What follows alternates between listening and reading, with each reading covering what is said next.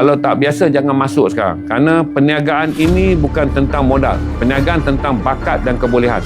Pasti nak menjadi seorang peniaga ni, yang pertama bukan knowledge, talent. Kalau knowledge, tuan-tuan, semua profesor ekonomi dah jadi ahli ekonomi. Kalau knowledge, semua lecturer yang mengajar ilmu tentang perniagaan dah jadi businessman. Kalau 2026 ni, kalau tuan-tuan belum mulakan bisnes, jangan mulakan dulu. Kalau tuan-tuan dah ada bisnes, sustain apa yang tuan-tuan ada. Ada adik ni tanya kan, tahun 2026 bisnes apa yang sustainable. Kalau tuan-tuan belum mulakan bisnes, jangan mulakan sekarang kerana keadaan sangat shaking. Kalau tuan-tuan dah ada bisnes, sama ada apa pun, tuan-tuan sustain je. Sekarang ni bisnes ni, tuan-tuan, ini adalah tahun yang menguji bisnes tuan-tuan ada lagi ataupun tak ada. Sebab 2026 ni daya beli sangat lemah sana. Ni no name story. No name, no story. Okay? Apa yang terjadi pada 1998? Stop komen dah. Okay, stop komen. Apa yang terjadi pada 1998? Bila saja berlaku keadaan di mana gangguan ekonomi berlaku, peluang untuk membiakkan duit atau peluang mendapat duit jadi susah. Dan kemudian orang yang pernah buat satu perkara yang lain, tapi perkara yang lain tu tak boleh buat duit, maka semua orang akan mula berpindah pada perniagaan. Ini dipanggil sebagai migration idea. Bukan awak aja tanya, beratus orang tanya pada orang lain pula, apa berniaga yang best untuk mula sekarang. Berarti ramai orang terjun dalam bidang perniagaan kerana dipanggil sebagai skeptism. Kerana mereka tak yakin kepada pendapatan yang ada sana. Lawyer dia hilang kerja, orang je oil and gas dia hilang kerja. Dia dapatlah 60,000. Kawan dia kata 60,000 kau dah boleh mulalah jam G-Shock. Niaga G-Shock online. Dia tak tahu dalam mata yang sama. Beratus-ratus orang terjun sedang buat live G-Shock. Pasal lambakan G-Shock telah menjadi banyak. Kerana bila lambakan G-Shock menjadi banyak, middle class tak beli G-Shock. Now kita boleh dapat lebih kurang dalam $40, $30 satu G-Shock. Dalam kondisi yang okey. Kalau ada kotak, kita bayar $50, RM200. Market dalam Malaysia masih RM600. Kita masuk. Bila kita masuk, kita tak tahu ramai orang sedang masuk. Pembelinya tak ada. Sekarang ni kalau nak jual G-Shock 700, budak dah tak beli. Bukan masa dia budak nak beli. Siapa yang jual G-Shock dekat sini, jual jam dekat sini. Barang-barang yang satu masa adalah barang yang bernilai 1,000. Pada satu masa nilai dia 1,000. Pada masa sekarang ni 600 pun tak ada nilai dia sebab orang tak spend. Ini masa semua orang nak simpan duit. Rumah, tuan-tuan tanya lepas. Orang beritahu rumah dia 1 juta. Tuan-tuan pergi tanya sekarang. Sekarang ni, baru dalam 2 bulan sudah rumah tu 1 juta. Apakah dia naik 1.04 juta? Tak ada. Dia turun 60,000. 1 juta dia turun 960,000. Sebab permintaan ke atas beli rumah tak ada. Maka saya boleh bagi tahu dekat tuan-tuan. Kalau tuan-tuan baru, berarti tuan-tuan kata bisnes apa? Satu, tuan-tuan bukan orang biasa bisnes. Lepas tu tuan-tuan tanya pula, bisnes apa? Orang pencadang lah bisnes. Dah lah tuan-tuan tak rasa bisnes. Tuan-tuan akan berbisnes tentang benda tuan-tuan tak tahu. Duitnya cash. Tuan-tuan nak mulakan bisnes. Kemudian tuan-tuan tak tahu apa bisnes dia. Maka saya jelaskan pada adik-adik, kalau tak biasa jangan masuk sekarang. Kerana perniagaan ini bukan tentang modal. Perniagaan tentang bakat dan kebolehan. Mesti nak menjadi seorang peniaga ni, yang pertama bukan knowledge, talent. Kalau knowledge, tuan-tuan, semua profesor ekonomi dah jadi ahli ekonomi. Kalau knowledge, semua lecturer yang mengajar ilmu tentang perniagaan dah jadi businessman. Dia boleh ajar je knowledge, teori perniagaan, teori tentang admin dia tahu. Sebab businessman memerlukan bakat. Bakat ni pergi cari knowledge, tapi talent yang drive dia. Passion yang drive dia. Maka kalau tuan-tuan tak ada talent dan tak ada passion, nak meniaga hanya kerana tiba-tiba nak meniaga. Dia jadi rumit lah. Jadi 1998, bila retrenchment dibuat, banyak orang dapat 6 bulan pampasan. Ada yang dapat 1 tahun pampasan. Jadi mereka adalah 100,000, 80,000. Jadi mereka takut hilang kerja, duit ada. Takut duit ni habis. Pada masa tu orang tak tahu. Dia orang pergi buka apa? Orang wanita buka spa kecantikan. Dia tak tahu bila recession, orang hilang pekerjaan. Siapa nak pergi menjaga kecantikan? Siapa nak buat rawatan terapi muka? Siapa nak buat? Semua orang hidup dalam stres. Maka banyak orang rosak perniagaan pada waktu itu kerana mereka yang mendapat pampasan perniagaan dalam bidang yang mereka bekerja. Mereka kerja bank, 98 banyak bank tutup. Mereka bekerja dalam bidang media massa, banyak media massa tutup. Mereka bekerja dalam advertising, banyak advertising tutup. Mereka bekerja dalam oil and gas, banyak tutup. Mereka ni kemudiannya pergi buat perniagaan. Dahlah dia tak tahu meniaga. Dia desperate kerana dia ingat meniaga ni tentang modal dan produk je.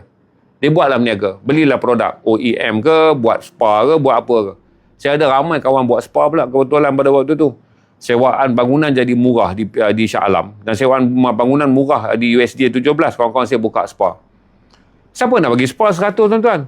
Ekonomi tentang recess, daya beli 700,000 orang kehilangan pekerjaan. Pendapatan syarikat mula menurun. Siapa nak pergi spend duit? Jadi banyak orang pergi masuk dalam perniagaan ketika daya beli tak ada. Sebab dia modal kan. Daya beli tak ada.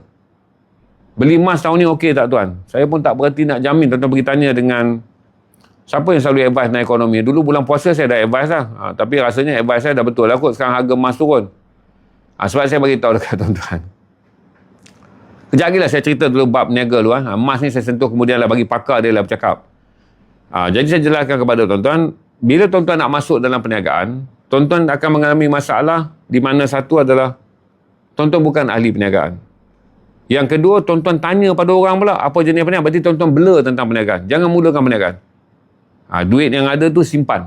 Sebab saya bagi tahu tak, ada duit yang disimpan lebih baik daripada duit yang kemudian diusahakan lepas tu gagal. Sebab kalau ada duit simpan, tuan-tuan masih ada lagi. Purata 3,000 boleh pakai sebulan. Tuan-tuan ada purata boleh pakai 4,000 sebulan. Daripada tuan-tuan pergi buka restoran lepas tu tutup. Tuan-tuan ingat senang ke berniaga dalam F&B? Ni ramai yang kata buka restoran. Tuan-tuan ingat senang ke? Tuan-tuan ingat senang ke? Buka restoran. Tuan-tuan boleh survey sekarang ni, Google semua jenama restoran yang ada 5 tahun dulu. Dia ada lagi tak sekarang? Cuba tanya. 5 tahun dulu dia ada lagi tak sekarang? Dan tuan-tuan pergi tengok orang yang dikaitkan sebagai tak pernah tutup restoran mamak. Berapa banyak tutup? Tu corner lot depan tu kami tak larat nak hafal lah. Tiba-tiba jadi klinik. Saya balik daripada mula mamak apa tak hidup. Nama dia apa? Kawam restoran ke apa dah. Last sekali anak saya beritahu, ya, tu nasi kandar sedapnya. Apa last sekali nasi kandar nama dia? Royal nasi kandar. Saya balik pada belayar. Terus jadi klinik hospital. Berarti mamak yang dianggap sebagai orang yang paling hebat dalam mengendalikan restoran. Saya tengok depan mata saya, bawah saya dah gulung tikar. Ni bawah saya ni dah gulung tikar. Tak tahulah siapa nak ambil. Hujung tu dah gulung tikar. Tak tahulah siapa nak ambil.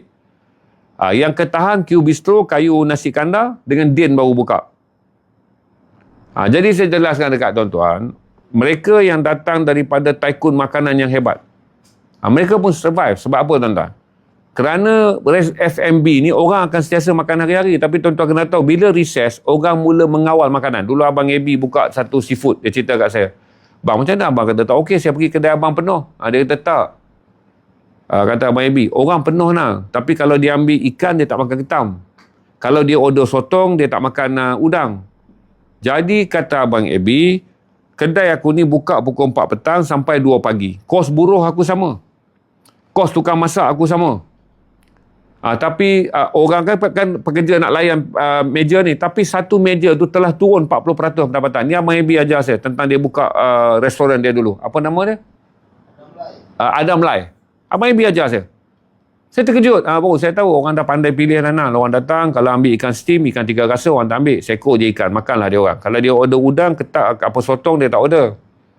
Abang Abi kata dia order tom yum, dia tak ambil yang lain. Jadi Abang Abi kata, satu meja yang dulu aku boleh collect 120. Sekarang meja tu 50 ke 60 ringgit. Untung sikit 70. Tapi nak serve meja tu, pekerja harus sama. Operasi bil elektrik sama. Dapur chef kena sama. Maka bila pendapatan meja tu merosot kerana orang masih datang tapi kos makan tu orang rendahkan. Maka kata Abang Abi, kos aku kekal banyak tu. Overhead aku kekal 100%. Tapi sale aku untuk tanggung overhead 100%, sale aku turun setiap meja adalah 40%, 30%, 40%. Aku tak boleh cover. Jadi, benda ni yang saya belajar. Rupanya orang tetap datang makan luar. Orang tetap datang makan luar. Tapi rupanya orang cut cost benda makan. Meja tetap penuh, kita tak boleh kurangkan waiter. Nanti orang marah apa ni, lambat order. Chef kita kena kekal jumlah di dapur sebab orangnya tetap datang. Jadi Abang Abi kata, bila aku dah jadi macam ni, aku susahlah nak ambil udang 40 kilo sehari, ambil ketam 40 kilo sehari, lepas tu udang jalan 20 kilo, ketam jalan 20 kilo. Sebab dia ambil ketam tak makan udang. Maka itulah Bobby, kau tanya soalan kadang-kadang kau fikir tak? Yang saya cerita ni zaman recess 1998. KA buka ni sekarang. Kau ni kadang-kadang kau orang punya bengap tanya soalan. Lepas tu kau tanya, kalau tanya aku marah. Kau boleh tak buka otak untuk dengar dan kau buat bandingan. Ini saya cerita recess 98 untuk belajar berniaga dalam recess. Kau cerita pasal KA okey aja. Ialah yang satu okey. Yang lain semua pandai, kau bengap. Macam tu sama juga. Yang lain dengar ni semua pandai. Kau seorang je yang bengap dalam ni. Tapi aku tak boleh kata semua yang dengar ni bengap macam kau. Bobby, betul? Berarti dalam ni semuanya faham. Yang bengap kau seorang. Berarti tak semua keadaan berlakunya sama. Terima kasih. So saya cerita kat tuan-tuan, bila dia cerita benda tu, saya nak nasihatkan orang yang kata restoran buka. Tak mudah. Tak mudah. Saya datang ni, Azam Maju ni dah ada sini. Berapa kali Azam Maju ni upgrade. Azam Maju ni adalah tempat Syaim membesar waktu dia sokong Liverpool, tempat Gibran membesar waktu dia sokong Chelsea. Sebab dia ada satu-satunya restoran yang ada layar bola. Dulu penuh Azhar ni. Dan tanya kepada mereka yang 10 tahun dulu hidup di Bandar Seri Permaisuri. Apakah tuan-tuan akan mengatakan Azhar Maju ditutup? Tak. Sebab restoran yang lain, elit, dia tak mahu tayang bola. Dia hanya untuk orang duduk, rasa steady. Jadi budak-budak tak akan pergi ke Kayu Nasi Kandar, tak akan pergi ke Q Bistro. Sebab Q Bistro ni sangat mature. Jadi anak-anak saya ni akan minta kat saya RM10 untuk datang menonton bola. Kerana ini game Manchester pun orang penuh kan. Lepas tu kedai ni tutup. Jadi kalau tanya orang dalam Bandar Seri Permaisuri, inilah kem penyokong bola sepak yang dibangunkan daripada 2010-an. Di mana anak-anak muda ada perasaan sentimental ketika bola sepak ditonton di warung mamak. Ni kedai yang ada saya bawah studio saya. Apa jadi pada kedai ni sekarang? Jadi saya nak jelaskan tak mudah meniaga benda makan ni. Tak mudah. Sebab tuan-tuan tengok hari-hari orang makan. Sebab orang-orang saya boleh bagi tahu dekat tuan-tuan. Tuan-tuan nak mudahkan tanya benda ni, rahsia yang boleh jawab adalah siapa yang dalam ni kerja. Hajris masih ada. Sarapan pagi masih okey lagi. Hajris dekat komputer. Tuan-tuan tanya dekat sini siapa yang kerja dekat GrabFood ataupun Food Panda. Kalau dalam ni ada orang GrabFood, ada orang Food Panda. Tanya dia orang sekarang, order decline ke naik? Makanan orang makan kan? Makanan orang makan. Mana mungkin orang tak makan? Tapi siapa yang ada dekat Food Panda, siapa yang ada dekat Grab, tuan-tuan tunjuk tak makanan tu decline, menurun. Berarti orang ni makan apa? Maksudnya orang makan di rumah, masak. Berarti walaupun orang makan hari-hari, cara makan tu dah ditukar. Tak lagi makan di restoran. Lepas tu dulu kita nak ukur senang kan, nak tanya token restoran, tak ada lah token restoran tengok live saya pula. Yang ramai ni orang bawa Grab Food lah. Yang bawa Food Panda. Tuan-tuan rasa tak decline? Decline, baik. Tuan-tuan rasa tak bila tuan-tuan hantar order tu, jumlah yang orang order pun dah rendah. Maksudnya tuan-tuan hantar order-order yang sebenarnya masih lagi remain dalam kawasan high income. Middle class income dah tak datang dah. Berarti tuan-tuan order tu semua yang tuan-tuan masih hantar kondo. Orang PPR dah tak order. Orang yang tinggal dekat apartment dah tak order. Adik-adik faham kan? Berarti adik-adik masih lagi dapat order daripada kedai high income. Berarti orang yang ada dalam middle income dah stop dah main Grab Food. Dah stop dah, baik. Nanti esok tanya balik. Tanya balik orang, nak tanya balik dalam ni payah. Pasal pekerja-pekerja di web market ni kebanyakan orang-orang Bangladesh. Tanya balik orang-orang Bangladesh, orang-orang yang kerja web market atau siapa yang kerja supermarket. Tanya balik, web market penuh tak orang masuk? Orang masuk penuh. Orang dah mula kembali membeli sayur, membeli ikan di pasar-pasar basah web market dalam syarikat-syarikat besar ni. Kerana mereka balik masak. Kerana mereka masih masak. Siapa yang orang Bangladesh tanya dia kan kalau tengok orang Bangladesh jaga web market kembali sibuk. Berarti yang kita cerita orang makan ni cuma budaya makan bertukar. Sebab saya nak jelaskan pada tuan-tuan, bila Grab itu turun, berarti spending orang dah mula kira, RM16 Lepas tu Grab hantar pula RM5.21. Lepas tu dia order sekali datang RM50. Waktu dia berduit RM50 tak ada arti dia. Waktu dia ketakutan kewangan. Sekarang ni belum datang import ekonomi, baru datang import ketakutan kewangan. Maka tuan-tuan pun tak ambil. Jadi nak kena faham benda ni. Adik yang komen tadi tu, KA okey. KA okey sebab market group dia tak hilang. Sebab tu saya kata KA ni okey sebab dia punya market group adalah T20. Dia market group daripada dulu, video saya dah ada dekat TikTok. Market group dia adalah 3 segi emas. Market group TA ni bukan daripada group yang besar. Dia ni ada lebih kurang dalam 15,000 orang duduk di dalam kawasan yang 3 segi emas. 3 segi emas ni adalah percantuman di antara Bukit Bintang pergi ke Ampang, turun balik ke dalam kawasan Kampung Melayu, Kampung Baru. 3 segi emas ni ada hotel, ada semua benda. Orang-orang high income duduk dekat situ. Maka orang-orang ni lah Khairul Aming nak tap lebih kurang 800 orang je sehari. Setiap hari 15,000 orang ada dekat sini. Dia nak tap 800 orang je. Dia bukan nak walk in sebab tu kena tempah, kena apa. Jadi kau janganlah sama nak buka Khairul Aming dengan modal 6 juta ringgit, 4 juta untuk building dan 2 juta untuk rolling capital. Dengan seorang yang ada 150,000 nak buka satu restoran dekat corner lot. Yang saya advise jangan.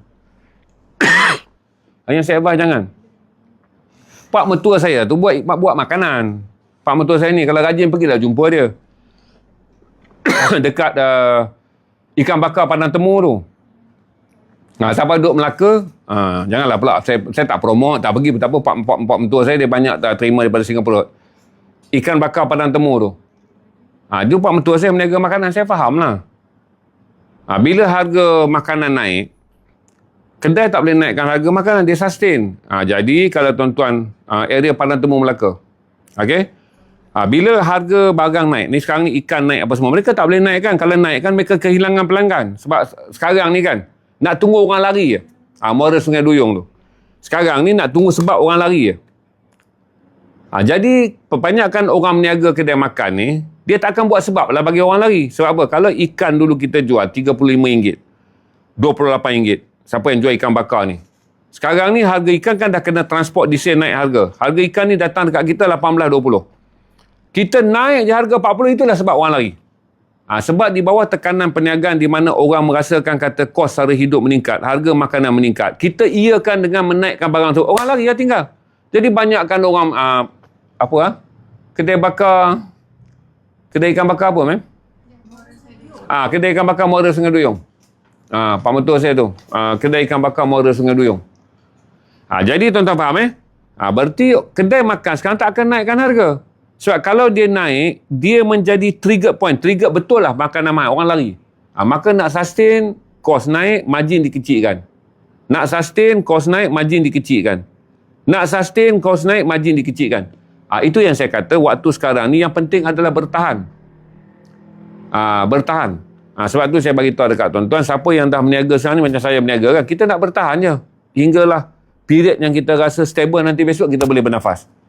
Jadi period ni kita tak ambil orang kerja baru, period ni kita tak invest benda baru, period ni kita tak pergi try buka baru, kita tak masuk event. Saya tak akan masuk event pasal dalam period nak gerak event kena sewa booth. Bila kena sewa booth, kita kata kita nak jual susah dah. Sewa booth RM7,000, ambil booth RM14,000. Duduk 10 hari. Takkan kita nak jual buku 1,400 hari nak bayar sewa booth? Sebab tu saya tak bagi ke pesta-pesta, sebab kita sedang minimize kan. Kita kekalkan saja stream sekarang ni, internet kita RM399, kekal, remain harga. Phone yang sama pakai. Ayah yang sama pakai.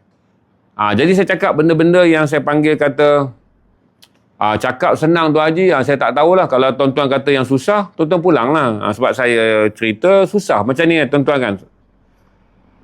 Tuan-tuan bila duduk dalam satu benda, tuan-tuan ada reluctant. Sebab tu masalah kita diskusi dengan orang Melayu. Cakap senang boleh lah.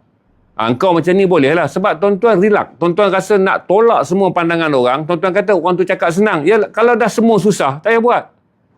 At the first place, kalau rasa orang tu cakap senang, kan lebih mudah jangan dengar. Keluar jangan dengar. Jadi kalau kita ada self or reluctant, rasa ingin menolak. Kita katalah, Haji dah berjaya tak apalah. Haji dah ada banyak pengalaman. Sebab tu saya jumpa budak-budak muda. Saya suruh buat satu benda.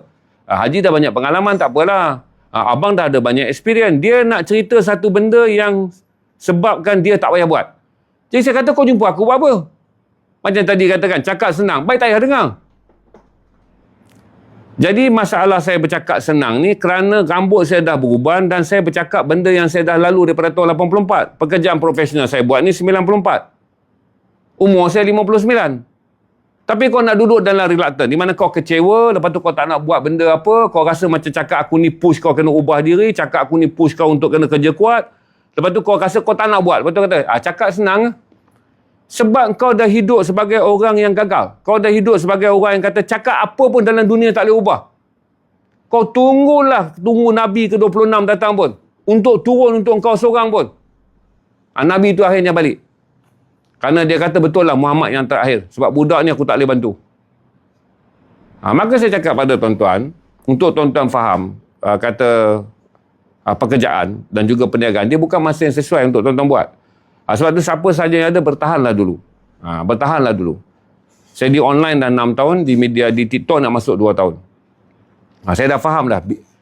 Yang mana kami kata, pekerjaan kami berat kepada hours. Berapa ramai tinggal live sekarang? Yang live cari like dan cari gift banyak. Kan saya jelas bagi tuan-tuan. Yang live cari, yang duduk di media sosial, kos kami rendah. Kos kami rendah. Video apa semua ni. Yang sanggup live, tuan-tuan tengok berapa ramai. Tuan-tuan scroll sekarang kan, tuan-tuan jumpa semua live gift ya. Kau tonton scroll kan, live yang nakkan give ya, cari hantu, live sembang, live riba. Berapa ramai nak dibandingkan dengan 3 tahun dulu. Begitu ramai orang live di media sosial ketika perniagaan beg kuning disebut sebagai trend. Orang terjun pada waktu tu. Semua nak buat part time. Semua nak buat affiliate. Tapi disiplin tak ada. Bila sampai satu peringkat nak sustain tak boleh.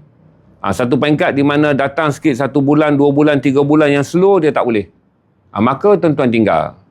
Jadi perniagaan yang paling mudah pada kos yang paling rendah dipanggil sebagai live bag kuning ni kan. Live bag kuning dipanggil kos rendah lah. Sebab saya sebenarnya saya pilih studio ni kerana nak studio sepatutnya saya boleh buat di rumah. Tapi saya nak kena packing buku. Dan saya nak kena storage buku. Jadi saya kena ambil studio. Hanya untuk membolehkan staff saya yang packing buku ni rasa selesa dan tempat meletakkan buku ni saya boleh order satu minggu satu judul. Habis saya order lagi sebab saya tak boleh storage besar. Kalau malam saya tunjuk tempat sama, tuan-tuan nampak storage buku saya. Maka saya jelaskan kepada tuan-tuan, selama saya buat perniagaan ni 6 tahun.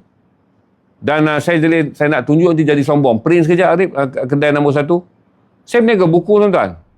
Sampai tuan-tuan kata saya sembang ataupun tidak, data ni menunjukkan kami masih kekal kedai nombor 1.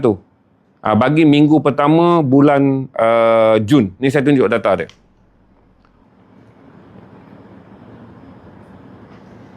Tak apa yang nak keluar.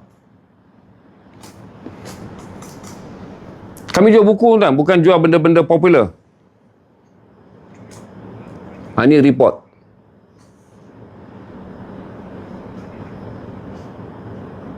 Berarti kalau saya sembang dengan tuan-tuan hal-hal strategik tentang taktikal ni, saya cerita tentang hal strategik dan taktikal ni, tuan-tuan fahamlah kata saya berada di media sosial sekarang ni, tak berapa kali saya tunjuk dekat tuan-tuan menjadi kedai nombor 1 pada setiap minggu.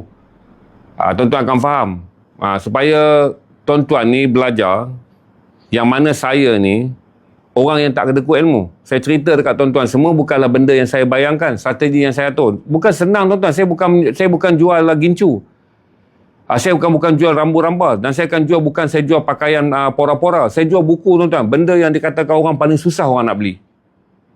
Tapi bila disiplin saya tinggi, saya live kan. Ni saya live lama. Kenapa view ni tinggi? Bukan kerana orang minat ziarah tuan-tuan. Kerana TikTok pumping saya tambah 50,000 penonton bagi setiap setengah jam tambahan daripada sekarang.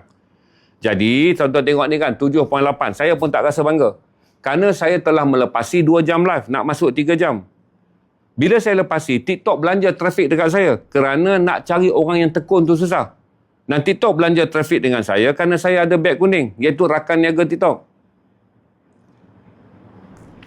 Jadi bila saya jelaskan kepada tuan-tuan, tak payah cerita kata sembang, kata poyo. Pergi tengok dekat beg kuning saya meniaga buku. 80,000 buah buku saya jual tak sampai 2 tahun. Jadi tuan-tuan kali bahagi dengan 24 bulan. Kali dengan 24 bulan. Tolong kali je 80,000 kali dengan 24 bulan. 80,000 buku saya jual dalam tempoh 24 bulan. Apa 1,900 buku sebulan 2,000 buku sebulan. Tuan-tuan ambil lah anggaran. Kalau saya jual buku tu keuntungan dia RM30 sebulan. Berarti 60,000 cash. 60,000 cash. Sebab tak ada bahagi kan, tuan-tuan dapat lebih kurang 2,000 buku. Kalau lah satu buku tu saya makan untung RM30 je. Bukan kaya, tak kaya. Cuma saya nak bagi gambaran untuk adik-adik ni semua faham.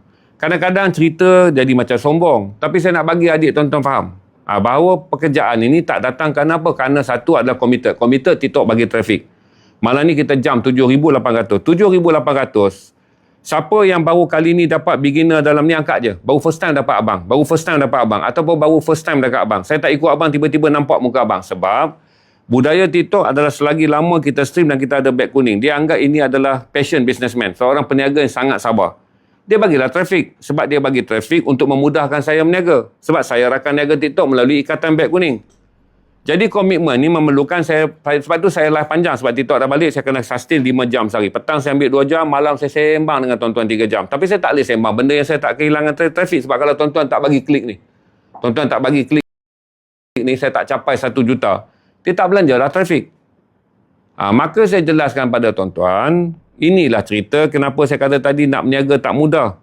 Sebab di media sosial, perniagaan yang berasaskan jual daripada rumah. Kan dulu semua nak kat kos. Pasang kamera. Video banyak pasang kamera. Buka baju, letak beg kuning. Satu masa tuan-tuan scroll TikTok ni, tuan-tuan jumpa orang live berniaga je. Betul. Sekarang tuan-tuan nak jumpa orang live berniaga payah. Saya ingat yang tinggal berapa kerat saya. Kadang-kadang saya jumpa Miza Huzairi. Lepas tu yang lama kadang saya jumpa Atoy. Yang lain semua adalah benda yang tuan-tuan nakkan gift. Yang berniaga dah tak ramai. Yang berniaga semua main video tinggal je. Buat VTT video tag beg kuning. Buat video tag beg kuning. Sebab dia mula rasa apa? Letih. Lamanya kena bual. Dia rasa tak berbaloi. Sebab samalah juga tuan-tuan ada dekat luar. Besok tuan-tuan berniaga dekat luar kan. Tuan-tuan buka kemah. Tuan-tuan beli lah. Tuan-tuan sewa lah satu kedai. Berniaga ni letih. Kata Cahaya ni adalah waiter.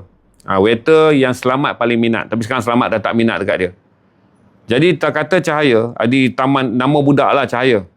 Jadi dia ni adik dia nama Kasih. Dia 2 orang bekerja sebagai pembasuh pinggan dan kemudian kutip pinggan. Kata Cahaya, dia kata jadi pencuci pinggan. Budak perempuan menjadi pencuci pinggan. Dia kata, Atuk, yang paling dia elak adalah hari cuci pinggan. Sampai kembang tangan cuci pinggan. Dan dia kata cuci pinggan ni, cuci. Bila tangan jadi sejuk, badan terasa panas, dia terpaksa mandi. Kena mandi, dia kata, lepas-lepas kerja je tu, kena siram air. Dekat kedai tu, sebab setiap kali lepas berniaga, saya kata, kenapa kau lencun ni, Cahaya? Kau tak sempat balik rumah ke? Sebabnya lama. Jadi kehidupan orang berniaga ni tuan-tuan tidaklah seperti mana glamour tuan-tuan kata ada restoran. Glamour nak kena tunggu dan segala macam tu. Tu saya jelaskan pada tuan-tuan kata kalau tuan-tuan belum berniaga jangan mulakan. Berarti tuan-tuan nak mulakan satu benda yang cabaran disiplin, cabaran waktu, cabaran modal, cabaran kendalikan cash dan cabaran celik perniagaan. Itu yang jadi susah. Okey, itulah saya advice tuan-tuan. Tentang siapa kata sekarang masa untuk masuk dalam perniagaan, saya kata tak. Daya beli bila merendah, orang yang ada duit ingat perniagaan adalah modal. Sebab seorang akan beritahu kat tuan-tuan, kawan-kawan yang nak melingkupkan tuan-tuan. Dia kata apa? Aku ada lubang. Aku masuk jam G-Shock. Kalau kau nak, kau boleh ambil. Tapi kau kena ambil pukal. Aku boleh dapat kat kau $3,500 untuk 100 biji jam biasa. Tuan-tuan kali-kali dengan 4, okay, adalah $15,000. Kawan yang recommend dekat tuan-tuan makan RM2,000 sebagai ejen, dia lepaskan jam. Tuan-tuan tahu tak, nak jual jam satu persatu dalam live Rainbow ni. Live Rainbow ni live tak boleh letak beg kuning. Susah. Jadi saya jelaskan pada kawan-kawan yang berniaga insurans dalam ni. Siapa yang berniaga insurans dalam ni, tolonglah. Boleh dapat customer baru tak? Tak dapat. Tuan-tuan sedang buat apa 2026? Sustain customer yang ada, jangan tarik insurans tu. Okay, siapa yang jual insurans ni tahulah. Apa yang tuan-tuan buat sekarang? Adalah nak sustainkan orang yang beli insurans, jangan tarik insurans. Nak dapat customer baru, kerak jari lah. Banyak sekarang ni jaga, ini beribah. Tak tahulah kenyataan dia betul atau tidak. Betul ini beribah. Sekarang ni lah nak sustain, kalau ini beribah jaga 180 orang kan. Janganlah tiba-tiba orang tarik tak nak sambung sebab duit tak ada.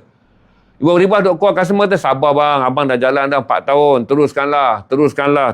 Okey, siapa yang buat hire purchase bank sekarang? Senang ke nak jual kereta? Anda buat siapa yang jadi lawyer tukang stamping beli rumah je? Ni lawyer makan angin ni. Duduk, stamping, agreement orang beli rumah, stamping orang beli rumah, stamping. Stamp tu dah tak berjalan sebulan dah. Tak ada urusan jual beli rumah dalam tempoh sejak perang yang berakhir ni. Semua orang tak spend untuk berbelanjakan hutang baru. Jadi saya jelaskan, ini masa sukar. Berarti jangan buat keputusan mudah. Ada modal nak berniaga. Bukan senang. Ini masa sukar.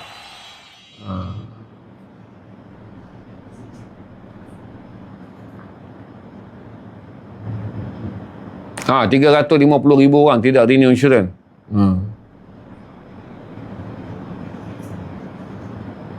Stamp boleh masuk angin saya. Sekejap, lajunya orang komen. Bila saya diam, orang komen laju saya tengok.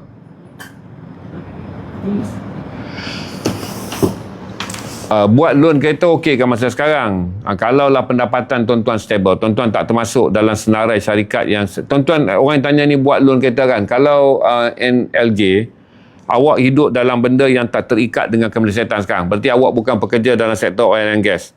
Awak bukan pekerja dalam sektor pembuatan. Company awak tak bersangkut dengan penghilangan. Modal awak okey. Kalau awak kerja gaji bulan, syarikat awak ni syarikat yang tak terjejah langsung. Dan syarikat awak bekerja dalam tempoh 6 bulan keadaan dalam tempoh 4 bulan keadaan tak menentu di Asia Barat dengan kenaikan harga minyak, bos tuan-tuan tak pernah potong overtime, tak pernah tuan-tuan ada stabil go. Tapi kalau tuan-tuan berada dalam sektor pelancongan, tuan-tuan berada dalam sektor perhotelan, tuan-tuan bekerja dengan syarikat berteraskan perkhidmatan, tuan-tuan bekerja dengan syarikat berteraskan oil and gas, syarikat berteraskan kepada perkhidmatan, syarikat berteraskan pada daya beli, jangan loan apa-apa sebab syarikat tuan-tuan shaking. Sebab saya bagi tahu dekat tuan-tuan, duit tu boleh simpan, kereta boleh dibeli pada masa akan datang. Tapi duit tu tak boleh disimpan, hutang akan jadi rumit kalau tuan-tuan kehilangan kerjaan pada tahun depan. Kalau 6 bulan kerja pun jadi susah, berarti ini adalah masa kita tak buat keputusan-keputusan kritikal. Adakah bisnes yang tak ada efek? Minimal dengan maksimum je. Bisnes yang tak ada efek ni saya bagi tahu dekat sektor peruncitan yang mana saya bagi tahu tadi peralihan orang tentang makanan. Saya rasa wet market masih lagi tidak terjejas. Ada wet market mungkin untung kerana orang mungkin balik kepada masak di rumah pada hujung minggu. Berarti wet market dapat okey kerana mereka yang berada dalam sektor perniagaan kedai dan juga e-hailing apa semua ni orang dah tak order dah food melalui pertengahan orang masak. Berarti ada perniagaan. Perniagaan pasar malam akan menjadi lebih baik sekarang. Kerana mereka yang dulunya B40 dan M40 yang melupakan diri itu, yang order grab food ni, sekarang dia mula sedar diri. Dia nak balik ke pasar malam. Mereka mula untuk mencari barang-barangan di pasar malam untuk tampung keperluan mereka masak sendiri. Orang-orang yang lupa diri yang selama ni kembali sedar diri, dia akan cari. Jadi mereka berniaga di pasar malam dalam kawasan-kawasan taman perumahan. Ini adalah masa yang sesuai. Kerana belanja yang dulunya orang mampu RM25, RM30 sehari, mereka nak turun RM15. RM15 mereka akan datang ke pasar malam. Tak tahu akak kata pasar malam compare beli kedai kan. Saya bagi alternatif je. Sebab ada pasar malam dia jual barang tak jual di kedai. Pasar malam ni kena cari yang USP lah. Kalau kita betul-betul tokek ikan masin dan kita boleh bermain dengan ikan masin sebagai option. Kalau kita betul-betul pasar malam dan kemudian kita boleh jual sayur-sayur option. Okey. Masih lagi okey.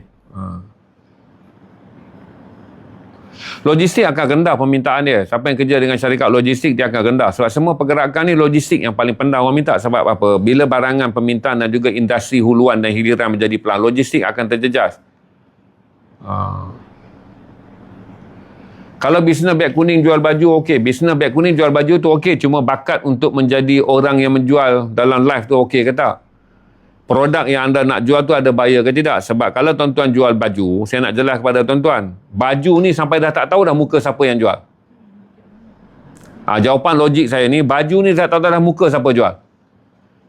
Dia lambakan dia kan banyak lambakan baju ni. Tuan-tuan jumpa daripada pasar malam, tuan-tuan jumpa dekat car boot sale, tuan-tuan jumpa dekat downtown, tuan-tuan jumpa dekat emporium, tuan-tuan sampailah jumpa tuan-tuan di media sosial. Jadi jangan masuk dalam perniagaan populis kerana ramai orang dah ada di situ. Jangan masuk sayang dalam perniagaan populis yang nampak mudah. Sebab benda mudah lah ramai orang buat.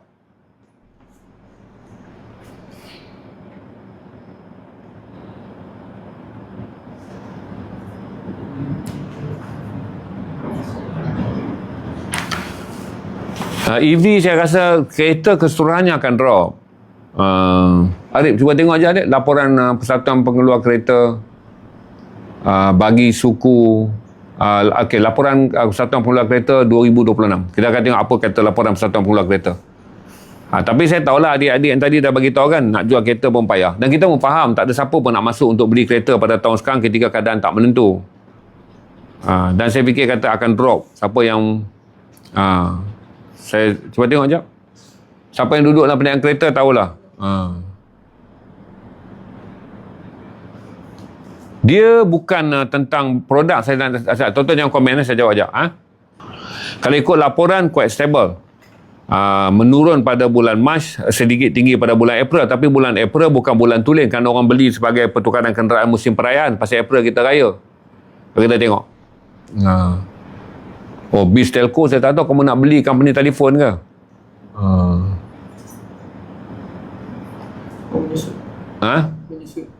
Ini report dia. 3.8%. Dijangka menyusut 3.8%. Ini jangkaan lah. Kalau ekonomi makin teruk. Ini susutan ni daripada laporan hari apa keluar laporan ni? Februari 2020. Ini pada Februari mereka dah sangka susut. Dengan perang ni pun saya rasa susut. Bagi adik-adik yang nak berniaga ni, saya rasa kan kalau tanya saya lah, saya lebih fikir kata, saya tak tahu siapa yang menonton ni. Kalau tanya saya ni, saya lebih balik ke pasar malam sebab saya rasa untuk, kalau lah transit, bukan bisnes stable lah, bisnes transit je. Transit ni 6 bulan ni kita nak buat apa? Kita balik ke pasar malam. Saya akan balik ke pasar malam lah, dan saya akan ambil pasar malam adalah benda-benda ruji. Maksudnya saya akan balik kepada, pasal orang nak mula masak kan, saya akan balik tumpu pada benda-benda yang saya nak kawal dia mudah. Asam jawa, belacan, ikan masin, itu pilihan saya. Sayur payah sikit nak sustain, saya perlukan banyak tempat untuk simpan sayur. Jadi saya akan pergi ke situ. Pertanian dan peternakan ni jawapan jangka panjang. Saya nak jawab pun payah pasal awak tanya senang pertanian dengan peternakan. Ini modal besar. Pertanian ni awak nak kena tengok tanah dia, lepas tu awak kena ahli dalam pokok yang kau nak tanam. Kadang tuan-tuan tanya soalan kan, nanti saya jawab jadi penat. Sebab orang tanya soalan, bila tanya balik lah, saya tanya je. Ni kita tanya, cuba tuan-tuan be realistik lah dengan keadaan terdesak. Kan kawan-kawan kita tanya ni, bisnes kedai tayar tak payahlah. Company Cina tu dah masuk dah. Tofu dah masuk dah. Yang ada pun akan lari. Jual bandar susah. Saya main bandar lama dah tuan-tuan. Ini bukan peak dia. Berarti, macam mana saya nak rumuskan lagi Saya nak rumuskan benda-benda optional ni jadi susah. Macam saya meniaga buku. Buku ni optional. Saya tahulah susah. Tak beli buku pun tak kisah. Jadi benda-benda optional ni jadi payah. Segini tuan-tuan Saya jelaskan, kalau tuan-tuan tanya soalan ni kan, berarti tuan-tuan bukan ahli dalam perniagaan. Jangan mula perniagaan. Baru nak tanya, buka bandar okey tak? Berpuluh kawan saya yang main bandar sekarang ni tak boleh bernafas. Berarti yang main bandar lama ni kan, kawan-kawan saya yang main Aiman tak kisah. Dia dah main lama bandar. Tuan-tuan tengok kawan-kawan saya di Pantai Timur lah, tuan-tuan buka sana. Tuan-tuan jumpa live bandar siapa sekarang? Tak adalah live bandar. Berarti ramai orang lari. Sebab karat bandar masih sustain. Karat bandar dia rajin posting di FB, dia rajin pergi JBR. Saya bagi tahu ini semua company besar sayang. Dengar sini, dengar sini, jenuh. Kalau tuan-tuan nak mula dengan JBR, tuan-tuan kena mula 10 tahun dulu, parking 10 juta cash di Jepun. Kemudian parking 10 juta cash di Jepun, syarikat-syarikat macam JBR, Family Bundle apa semua ni, dia datang dalam kontainer. Dia million, dia kena main. Dia kena main million. Jadi dengarlah tuan-tuan, ingat bandar JBR apa semua ni besar. Mereka ni bukannya sahaja jual bandar, mereka import. Mereka park duit mereka 10 juta di Jepun, mereka sign kontrak 3 tahun. Okey, 1 bulan 4 kontainer, 8 kontainer, 10 kontainer masuk. Okey, baju-baju bandar mereka ni dijual kepada peniaga-peniaga bandar modal kecil ni ambil. Sambil tu mereka buka JBR sendiri. Untuk menjual sendiri modal baju-baju mereka bawa. Jadi rantaian JBR dah dikira big skill. Mereka ni bukan peniaga. JBR ni satu brand adalah usahawan bandar. Mereka adalah corporate bandar. Okey, Family Bundle is a corporate bandar. Kita cerita tentang keuntungan million a year. Okey, so saya nak jelaskan sekarang. Ni tuan-tuan yang masuk dalam ni, tuan-tuan nak tanya tentang nak mulakan perniagaan kecil. Tuan-tuan modal ribu-ribu je. Nak buka gundi RM2,800. Kalau tuan-tuan nak ikut JBR, Family Bundle, badan-badan ni semua besar. Kawan-kawan saya ni semua besar. Tuan-tuan nak ikut balik siapa lagi seorang yang baru panggil yang ni? Bondoro. Semua besar-besar Bondoro ni. User. Kau jangan buat saya tak kenal barang. Saya ni jual bandar daripada mula. Modal ratus je tuan, kau ni budak bandar mana? Saya kan mula jual bandar dari hari ni. Saya ni mula bandar dekat FB. Tu saya punya bandar. Ni. Tengok, saya ni main bandar mula-mula sampailah sekarang. Cuma sekarang ni dah berapa bulan saya tak berniaga dekat FB sebab bila saya letih jual buku, saya tak larat nak pergi jual bandar. Saya main bandar Ralph Lauren. Bukan ratus-ratus buka gundi, lepas tu kau jumpa 20 lai elok, 80 lai kau kena buang ke longkang, lepas tu kau kena bakar pula tengah kebun kelapa sawit. Bukan bandar kepit. Kau beli satu gundi yang grade A, dia paksa kau ambil grade C, baru kau dapat 2,800. Saya ni kan start berniaga di media sosial FB ni, Garasi TV ni, saya jual bandar. Sampai sekarang pun saya main barang-barang ni, saya main Polo Ralph Lauren.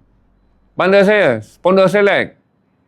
Jadi saya nak jelas, siapa yang dah berniaga ni tahulah, kita boleh tahu ekosistem dia. Adalah ekosistem, adakah tempat baru yang muncul? Tak ada. Badin-Badin, Family, JBR Bandar, dia orang ni adalah big market.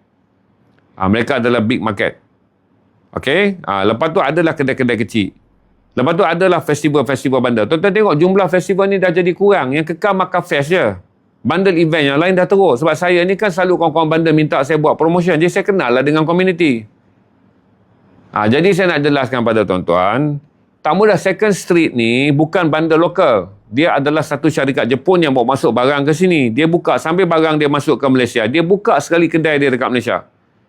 Supaya dia duduk dalam keadaan di mana dia bawa masuk barang dia buka second stage. Jadi tuan-tuan tak tahu model perniagaan. Tuan-tuan main sembang ya dekat sini. Tuan-tuan komen. Kadang-kadang saya jadi saya jadi rimas nak dengar.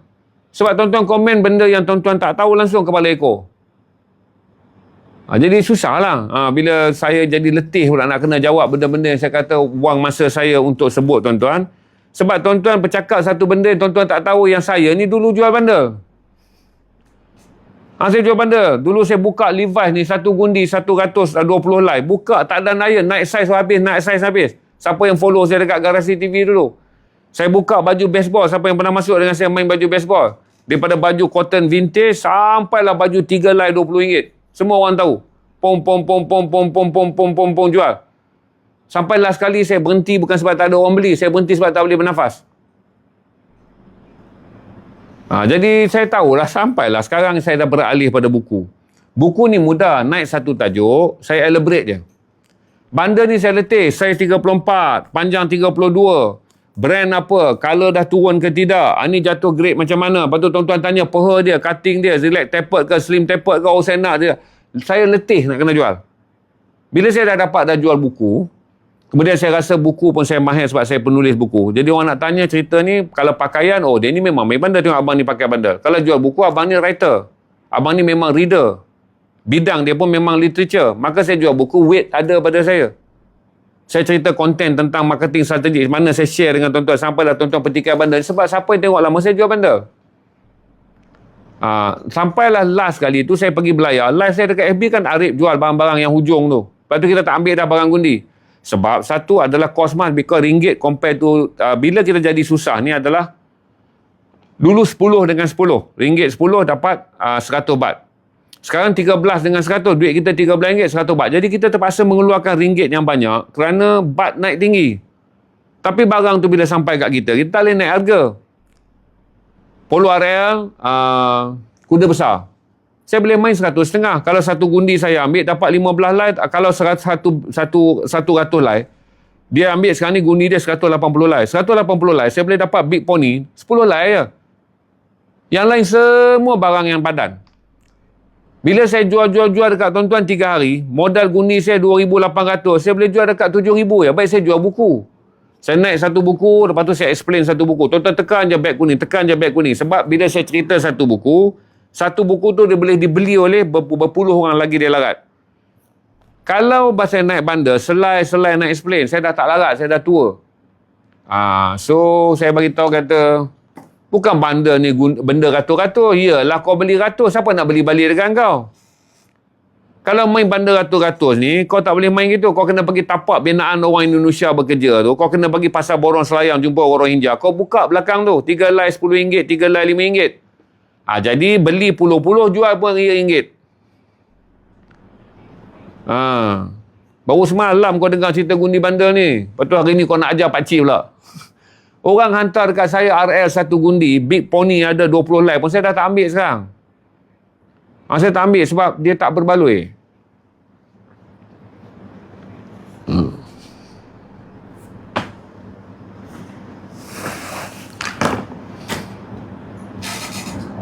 Buka barber boleh lah pasal semua gini dengan sayang. Abang malas. Tekan jap. Saya balik pada soalan saya tadi. Bila kita nak berniaga, bukan buka barber, tuan barber tak? Tuan ada seorang yang ahli gunting tak? Kes satu. Yang kedua, modal pusingan. Tuan faham tak bagaimana nak menguruskan tunai apa? Sebab semua orang ingat sekarang ni, berniaga ni adalah ada duit dan cari perniagaan yang sesuai. Jadi orang tak tahu tentang skill and talent. Satu benda tu tuan-tuan ada skill tak? Benda yang tuan-tuan mahir tak? Sebab tu saya kata kan, malam tu saya live dengan Faiz. Saya kata saya nak buka sebelah ni, owner ni suka kat saya, dia suruh saya buka kafe sebelah ni. Saya nak buka book cafe. Saya ahli dalam buku. Saya ahli dalam talk. Ni bakat saya lah, jual buku saya, talk pun okey. Saya nak buka book cafe. Book cafe ni, kerana setiap kali saya bagi talk, orang jual tiket habis. Saya pergi dekat Hafizul Faiz 68 tiket. Saya pergi ke kafe. Apa kafe kedua kita pergi dekat tu? Saya tak ingat nama KL Traders. Jadi dia orang ni jual tiket. Jadi setiap kali saya bagi talk tentang menulis buku, apa itu beza menulis anekdot, apa itu beza menulis epilog yang lebih panjang, dan apa itu menulis kumpulan esei pasal ke pasal. Orang bayar. Tapi masa saya tak ambil duit. Saya kata, Pak Is, abang nak isi masa je. Pak Is kata, okey lah, tutup kafe. Jadi saya teringinlah nak buka. Bidang yang saya mahir, iaitu mengadakan percakapan tentang buku, how to become a writer, bagaimana membaca buku yang bagus. Sejak dengar cerita Bubble, ya Allah, ya Tuhan ku, letih bila aku jumpa trafik baru ni. Sekejap lah saya cerita. Berarti kalau bidang yang saya mahir pun, saya tak berani buka kafe tu. Berarti saya ceritalah balik dekat situ. Sama kalau tuan-tuan bukan ahli gunting rambut. Tuan-tuan bukan ahli yang faham tentang bagaimana menguruskan bisnes gunting rambut. Jangan masuk dalam perniagaan tersebut. Sedangkan saya ada duit. Saya ada duit, tuan-tuan. 300,000 saya boleh set up perniagaan tu. Selama saya jual buku ni, saya boleh kumpul 300,000. Saya nak buka lama. Sebab tu saya kata kat Hafizul Faiz malam tu, salah satu benda yang aku rasa tertinggal dengan kau, Hafizul Faiz.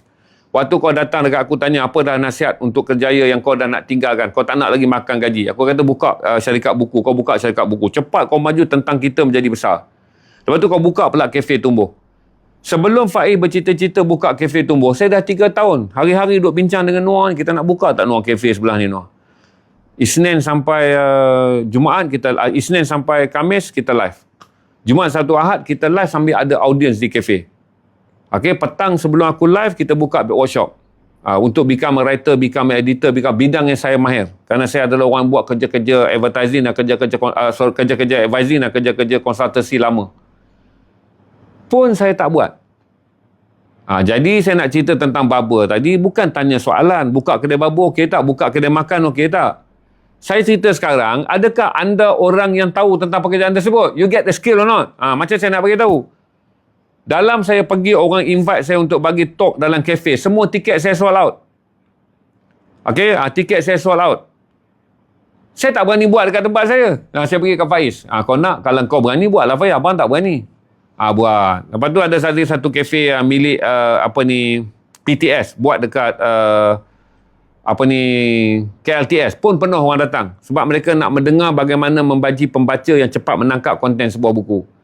Yang satu grup lagi nak tengok bagaimana memilih bahan bacaan yang terbaik. Saya ahli dalam bidang tersebut, orang iktiraf panggil saya jadi speaker. Saya tak berani meniaga benda tu. Berarti buka barber ni bukan soal buka. Tuan-tuan selalu tanya dekat saya ni seolah-olah tuan-tuan duduk semenu. Kalau aku jual air kelapa muda, tuan-tuan nak jual air kelapa muda pun tuan-tuan kena tahu. Apakah tuan-tuan mahir dalam melihat kelapa? Orang tunjuk je kelapa, tuan-tuan tahu dah. Ini isinya terlalu tebal. Kalau jualnya tak okey. Ini tengok daripada luar, tempurungnya terlalu nipis. Ini kalau buka kelapa ni airnya tak banyak. Dekat mana nak dapat network kelapa yang sustain? Supaya satu. Jadi saya cerita sekarang ni, meniaga bukanlah modal tentang idea. Dia adalah modal tentang whether you have a skill or not. Anda adalah ahli tak dalam bidang tersebut.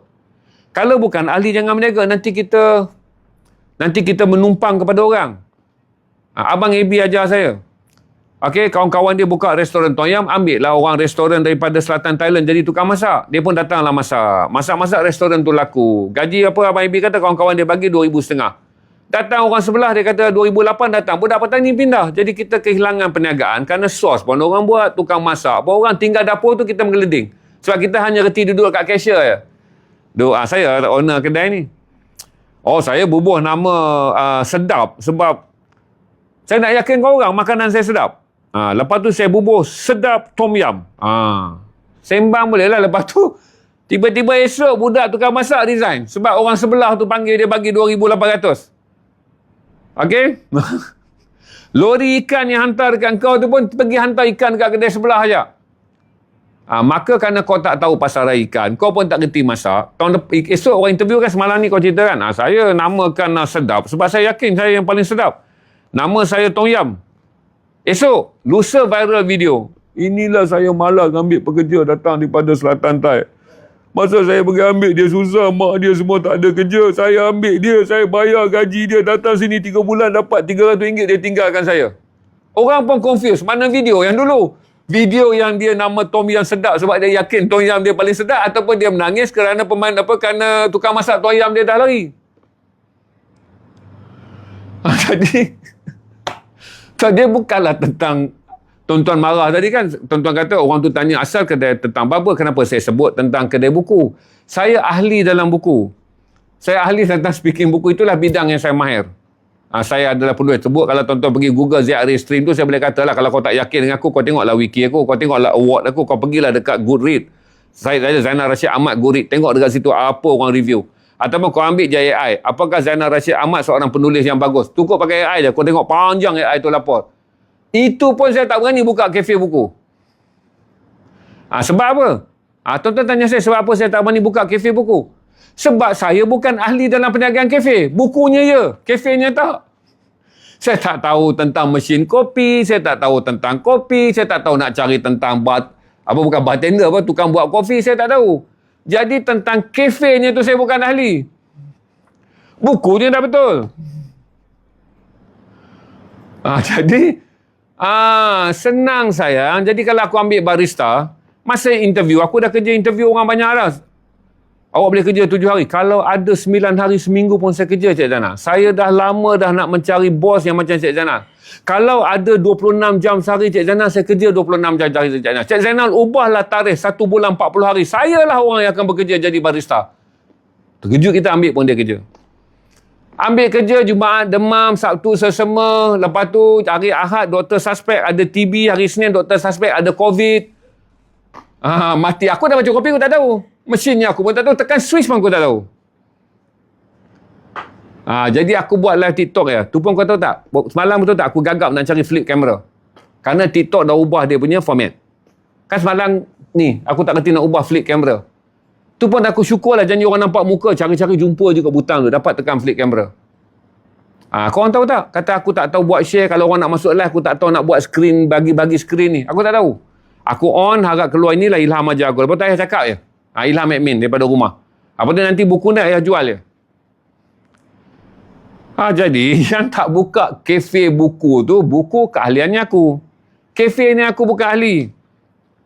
Jadi saya nak bagi tahu dekat tuan-tuan, tak boleh lah saya buat walaupun perniagaan nampak cantik. Sebab Faiz kata dekat saya, bang buka bang. Sebab dulu saya pernah bagi tahu dekat Faiz, bukalah perniagaan sang. Kau mahir dalam pembelian buku, kau mahir dalam penulisan buku, kau mahir dalam operasi buku. Abang tak mahir, abang pembaca dan mahir menjual. Abang tak berani buka printer dan tak berani terbit buku orang. Lepas tu dia buka kafe tumbuh. Saya 3 tahun menyimpan impian. Dia lepas dia buka apa tentang kita, dia buka tu kafe tumbuh. Jadi kalau kafe tumbuh ni kita nak buka dalam kafe buku. Tuan-tuan datang ni semua tentang buku. Jadi ramailah orang selalu nak datang jumpa saya. Abang nak jumpa. Saya boleh kata kalau nak, setiap hari Jumaat, Sabtu, Ahad, kafe saya akan beralih menjadi book cafe. Pagi kita akan buat tentang buku ini. Buku yang saya dah pernah cerita dekat tuan-tuan. Kemudian petang saya akan bagi tahu ni. Kita dapatlah sikit jual kopi. Tapi aku tak ahli dalam kafenya. Maka tu sebab apa tak buka kafe? Sebab nanti orang datang bukunya jumpa, apanya ada, tehnya tak ada, kopinya tak ada. Lepas tu dah sekali perniagaan tu jadi lingkup kerana orang ini pergi mengahlikan diri dia dalam bidang yang dia bukan ahli. Iaitu bila buka kafe buku, bukan lagi buku kunci dia. Kafe adalah kunci dia. Sebab cash flow datang daripada perniagaan kopi. Terima kasih.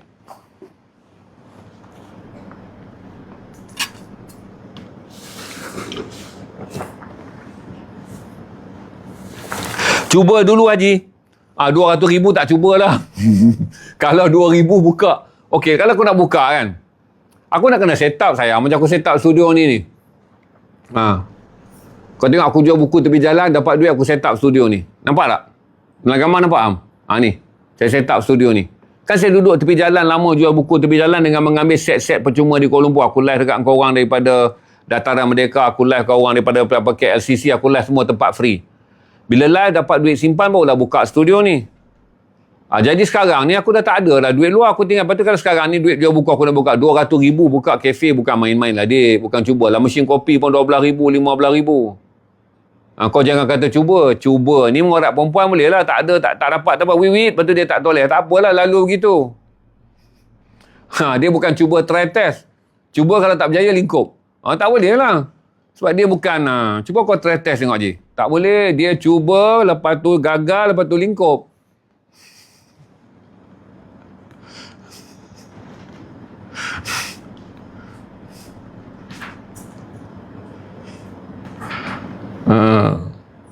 Sebab tu saya kata sustainable. Tak semua orang, saya ingatlah kata satu orang meniaga, dia buat used car berjaya lah.